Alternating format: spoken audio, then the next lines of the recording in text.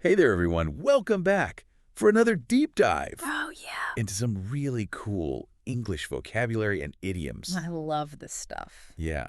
So whether you're getting ready for a big presentation, Hmm. or just love learning new words, Right. we've got a great lineup for you today. We'll be Mm. exploring bustling, take the bull by the horns, run out of, and a slang word that I really love, which is skeeve. Ooh, I like that one. Yeah, it's so fun to say. And by the end of this episode, deep dive, you'll be able to spice up your conversations and impress your friends. Guaranteed. Uh-huh, exactly. Yeah, and I think what you'll find is that these words are more than just, vocabulary. They offer these little glimpses into history and culture and even psychology. Ooh, Yeah, I like that. yeah. So let's kick things off with bustling. Mhm. Imagine walking through a crowded market during the holidays, with sights and sounds and smells all around you. Love it. Yeah, and that feeling, Mm. that's bustling. It's not just being busy, though. Yeah, Bustling has this kind of connotation of excitement, right. some positive energy. Yeah. Think of a street fair versus a traffic jam. Cool. Both are busy, but only one is truly bustling. Okay, I see what you mean. Yeah, that's a great point. Yeah, And our source material actually gives us this example sentence. The bustling city street was teeming with activity as people hurried to their destinations. that's perfect. Yeah, and the word's origin actually emphasizes that sense of energy. It does. Bustling comes from the Old Norse word bustle, which means noise or bustle. How about that? Yeah. Isn't that cool? Yeah, it's amazing how, a word can carry its history Right. within its meaning. Absolutely. It's like words aren't just labels, they're these little time capsules Mhm. carrying stories and cultural nuances. Yeah. So to really remember bustling, think of your own bustling scene, Okay. like your favorite cafe packed with people, maybe I like it. each engrossed in their own conversations or their books. Yeah. And to add to your vocabulary toolbox, Yeah. remember synonyms like lively, vibrant, and animated? Well, those are good. Yeah. Now you're ready to paint any scene with that energetic buzz. I love it. Speaking of energy and action, let's move on to an idiom that embodies those qualities. Take the bull by the horns. Our source gives us the example. When faced with the daunting task of leading the team through a complex project, Jane decided to take the bull by the horns to ensure its success. Wow. Jane is someone who does not shy away from a challenge. Right. This idiom, it really highlights that proactive, Uh-huh. almost fearless attitude. It does. It's not about being reckless, but Right. it's about stepping up, Mhm. taking charge, and making things happen. It is. It is. Yeah. And the imagery is so powerful. Yeah. I think it likely comes from agricultural societies where Uh, handling bulls was a risky business. you got it. You had to be so brave and skillful to grab a bull by the horns. And this idiom reminds me of that growth mindset concept. Really? How Yeah. so? People who take the bull by the horns, they often believe that they can develop their abilities and overcome obstacles rather than avoiding them. That's an interesting connection. It's like the idiom isn't just about facing the challenge, Hmm. but about believing in your ability to handle it. You got it. I think everyone has experienced that Ah. moment where they've had to take the bull by the horns. Totally. I know I have. Yeah. And speaking of tackling things head on, here are some related expressions. Take charge, confront, and get a grip on. Those are great. Yeah, add those to your vocabulary arsenal. I like it. Now, from facing challenges to facing scarcity, Ooh, good transition. let's look at the phrasal verb run out of. Our source provides this simple example. By the end of the week, we had run out of milk, showing the necessity of a trip to the grocery store. Oh yeah, we've all been there. That universal feeling of, uh-oh, we need more. Right. It really highlights this idea of scarcity. It does. Run suggests movement and consumption, while out of implies exhaustion or depletion. It's a simple phrase, It is. but so effective at Yeah. communicating that idea Yeah. of something being completely gone. Totally, totally. Yeah. And it's interesting how just those two words together create a more nuanced meaning. I know. For all you visual learners out there, imagine your resources running a race until they reach the finish line. Okay. Completely used up. Yeah. That's running out of, Love that analogy. thanks. Yeah. And if you want to switch it up, synonyms like deplete, exhaust, and use up work perfectly. Oh, those are perfect. Speaking of things disappearing, let's add a dash of mischief to our vocabulary with this slang word, skive. This one has a very British feel to it, It does. and it's all about avoiding work or responsibilities, often with a touch of slyness. I love it. Think of it as the art of strategically ducking out of obligations. It is. Our example paints a clear picture. Rather than attending class, Tom chose to skive off and spend the afternoon in the park. Tom's a master skiver. He is, and this word has such a fascinating history, It does. that reflects its meaning. It likely has roots in military slang, suggesting a clever way to avoid unwanted duties. How about that? That makes total sense. It has that sense of playful rebellion. I wonder if there are similar slang words in other cultures for that playful avoidance of work. That's a great question. Yeah. What do you think?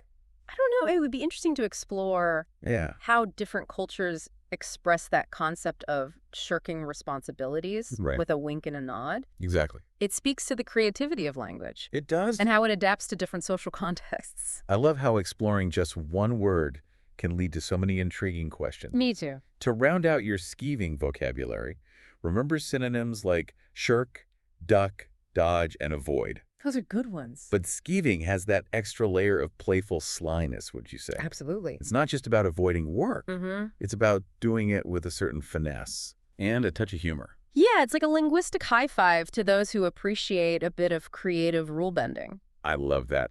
So from the energetic bustling to the courageous taking the bull by the horns and the cheeky skive, we've covered a lot of ground already. We have, and we've only just scratched the surface. There's so much more to uncover I know. in this vast and ever-evolving world of English vocabulary and idioms. You're right. There's always something new to discover.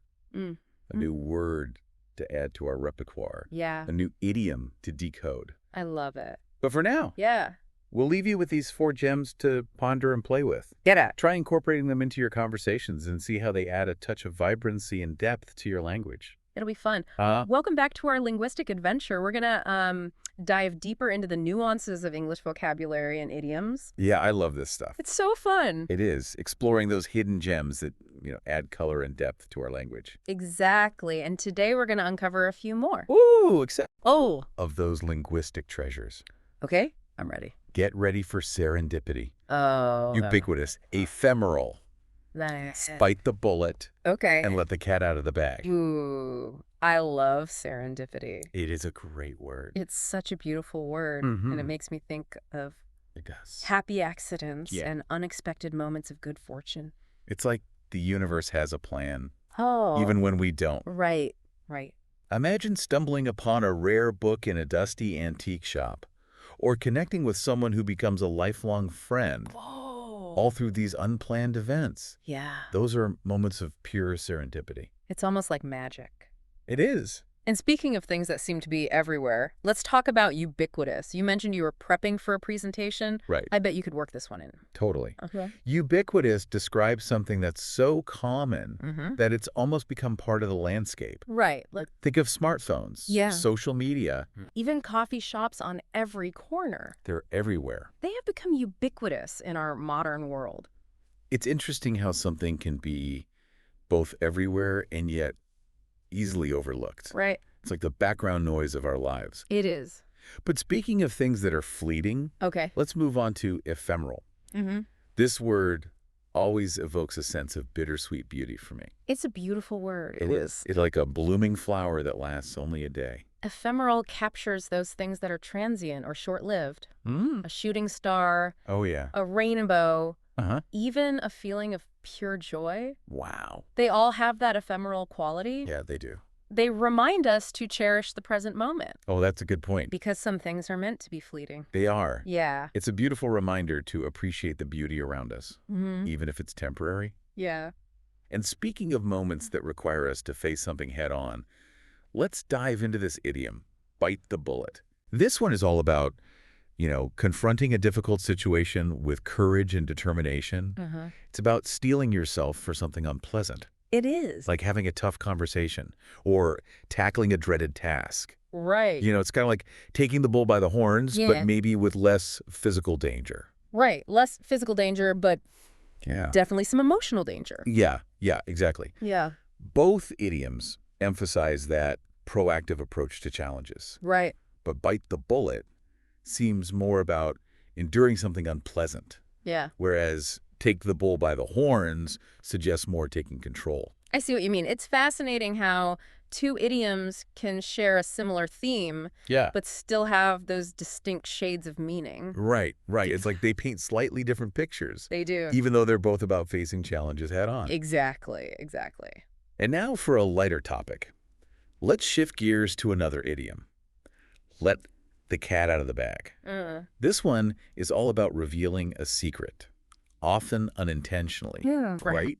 I could just picture someone accidentally spilling the beans and that look of, oh no, I shouldn't have said that. Exactly. It's like revealing a surprise party. Oh, yeah. Or accidentally sharing confidential information. Yeah. And it's interesting how the idiom uses this vivid image of a cat escaping from a bag Right. to represent, a secret being revealed. It's a great example of how idioms can make language more colorful and memorable. Right. Instead of just saying, reveal a secret, we have this image of a cat bursting out of a bag, Yeah.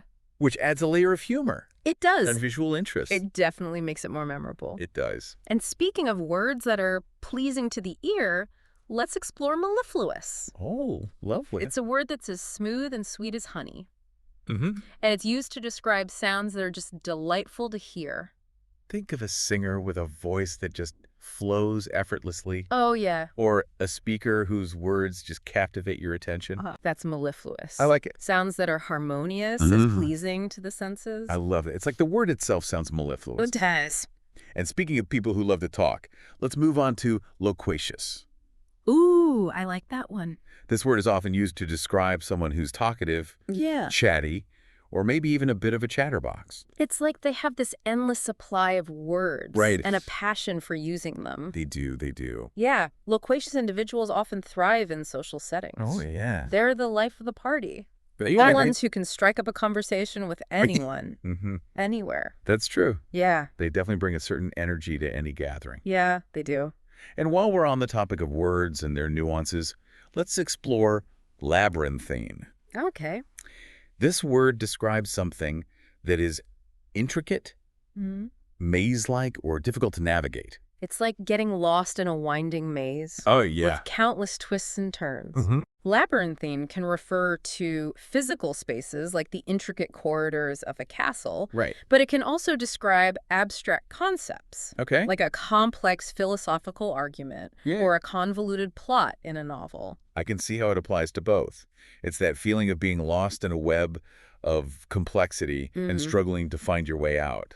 Exactly. Yeah. It's a reminder that sometimes the path to understanding isn't always straightforward. Right. Sometimes it takes patience, Yeah. persistence, and a willingness to embrace the challenge of navigating the unknown. It's like a metaphor for life itself. It is.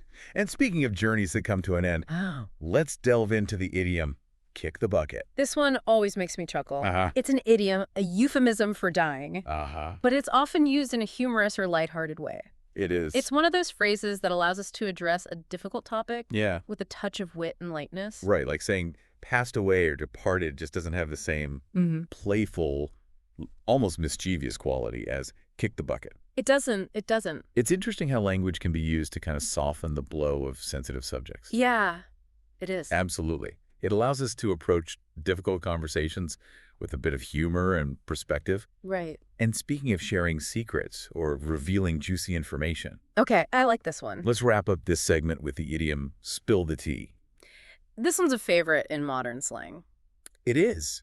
It's all about sharing gossip Yes. or revealing those exciting bits of information that everyone wants to know. It's like that irresistible urge to share a scandalous secret or dish out the latest drama. Right. It's about indulging in the thrill of sharing information Yeah. and forging connections through shared stories and experiences. Exactly. It's like a linguistic high five that says, we're in this together. I love that. It speaks to our innate desire to connect and share information.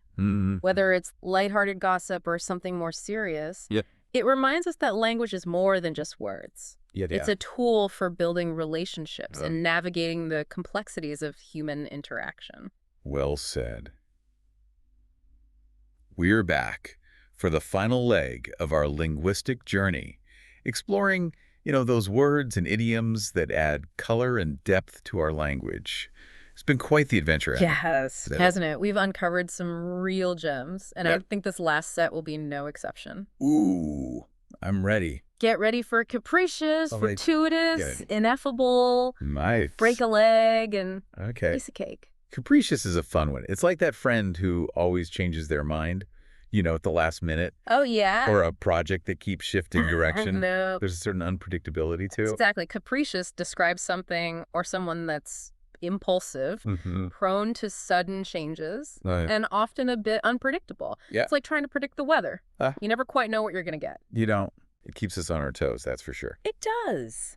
And speaking of unexpected but often positive occurrences, let's move on to fortuitous. This word describes those happy accidents. Yes. Those strokes of luck that seem to come out of nowhere. It's like winning the lottery or bumping into an old friend you haven't seen in years. Oh, yeah. Fortuitous events. They often feel like gifts from the universe. They do. Those unexpected blessings that brighten our day. They remind us that sometimes the best things in life happen when we least expect them. I agree. And you know what it makes me think? What's that?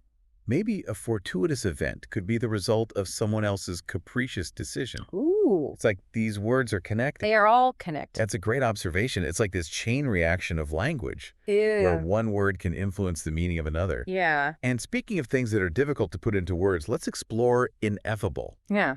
This word is used to describe something that is too great or overwhelming to be expressed in language. That's a good one. It's like trying to explain the feeling of awe when you're, standing at the edge of the Grand Canyon or witnessing a breathtaking sunset. Yeah, some experiences are just beyond the realm of language.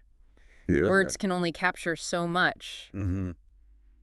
Ineffable acknowledges that there are some things we can only truly understand through experience. I like that. Yeah. It's a nice reminder that sometimes words just aren't enough.